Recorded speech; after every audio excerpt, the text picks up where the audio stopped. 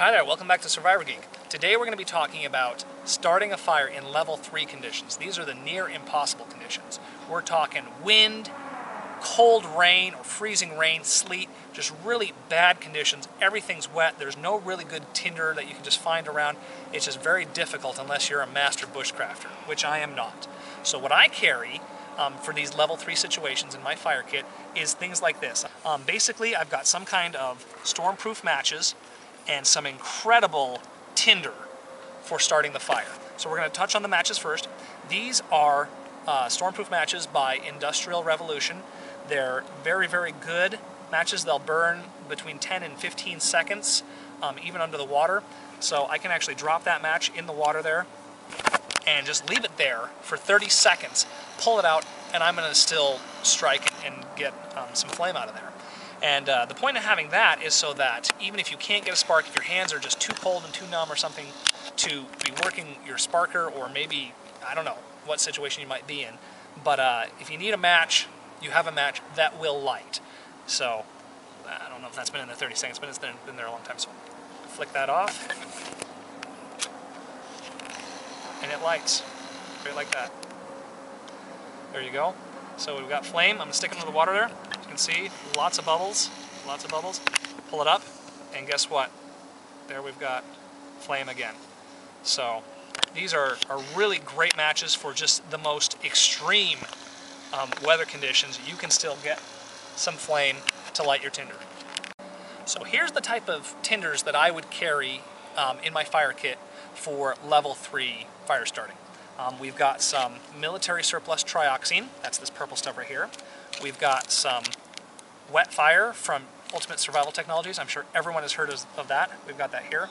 And I've got a new thing I just discovered today called Weber lighter cubes.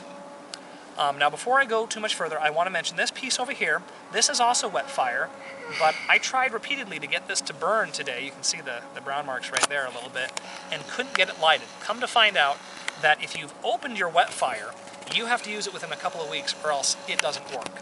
So just to be aware, with the WetFire, you need to use it just then. You know, don't be opening packets just to cut off half to test it and then put the other half back in and expect to start a fire with it, you know, a year later. So just for your information. The great thing about all of these tinders is all of them can be dunked in the water and pulled out, and you can light them. They will burn even when they're wet. The Weber's here actually is kind of waxy, so it actually repels water quite well. The WetFire actually burns a little hotter when it's wet, and the Trioxine just burns regardless. Some advantages of the different ones here. Trioxine is actually toxic, so these other two are actually a little bit better if you're going to be in enclosed spaces because they're non-toxic. You're not as likely to hurt your lungs as you would with the Trioxine. And the Trioxine is pretty cheap. You can find this at Army-Navy stores. Good stuff to have. WetFire is a little bit on the expensive side, but it is pretty reliable, pretty easy to start a fire with. Even if you shaved off some little bits there and started it with a sparker, it would light. Same thing with the Trioxine, and the same thing with the Weber's there. But like I said, this is the more technologically advanced tinders. We don't want to just use this just whenever. You know, if you can start a fire by sparking, use your cotton balls. So we're going to go ahead and do a demonstration here of how we can dunk each of these and then still light them on fire. Alright, so we're going to take each one of these, pop them in the water. You'll notice the Trioxine sinks right to the bottom. The WetFire will float, and the Weber's floats. Now I believe the reason for this, actually, someone mentioned that they were of the opinion that the Weber's and the WetFire are actually the same stuff, just branded differently. The Weber's is really inexpensive. I got mine at Home Depot, got 24 cubes for a little over $3. So, very good deal. The WetFire is about $1 a cube. The benefit to the WetFire is, though, it does come in its own sealed foil here. These guys come in a big 24 blister pack. You open one and the others are potentially exposed, and if they have the same problem with going bad that the WetFire does when they're opened, then you might lose all 24 of those before you get a chance to use them. So it is a little easier to carry the WetFire around. I am actually going to do a test on these later to see if the Weber's does degrade like the WetFire does. But anyway, let's go ahead and try these out. I'm going to pull my Trioxine out. here it is. Go ahead and get a little bit of dust started there.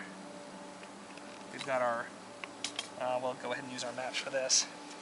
Make sure that we can still get this light lit.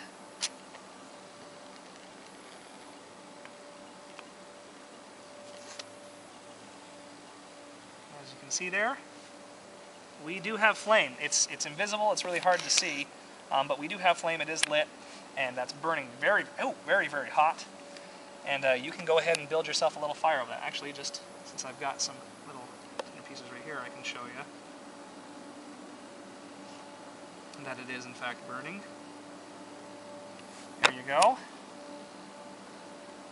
Got some, maybe a little bit more dramatic here for you. There you go, see? So it did light even after being soaked that long in the water.